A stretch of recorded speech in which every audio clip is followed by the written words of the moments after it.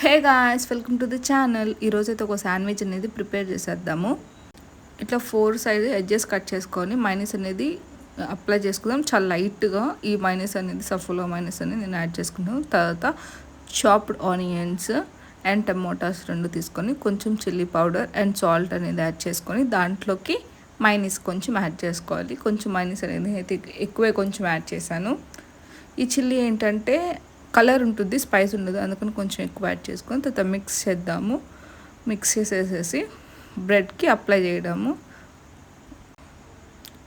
నార్మల్గా రెగ్యులర్గా ఉండేది అంత స్పైస్ ఉండదు, కొంచెం ఏం తింటాము అట్లా అనే వాళ్ళకి కొంచెం శాండ్విచ్ స్పైసీగా తినాలంటే ఇట్లా చిల్లీ పౌడర్ వేసుకోండి, లేకపోతే పెప్పర్ పౌడర్ అనేవి వేసుకోండి. మీ ఇంట్లో పిల్లకాయలు చిన్న కిడ్స్ ఎవరైనా ఉంటే పెప్పర్ వేసుకోవచ్చు.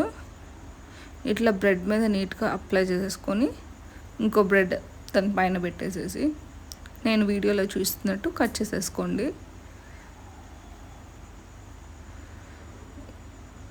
అలా కట్ చేసేసుకొని నీట్గా ఒక ప్లేట్లో సర్వ్ చేసేసుకోవడమే అండి. మీకైతే నచ్చితే ట్రై చేయండి. Thank you for watching. Bye bye, good night.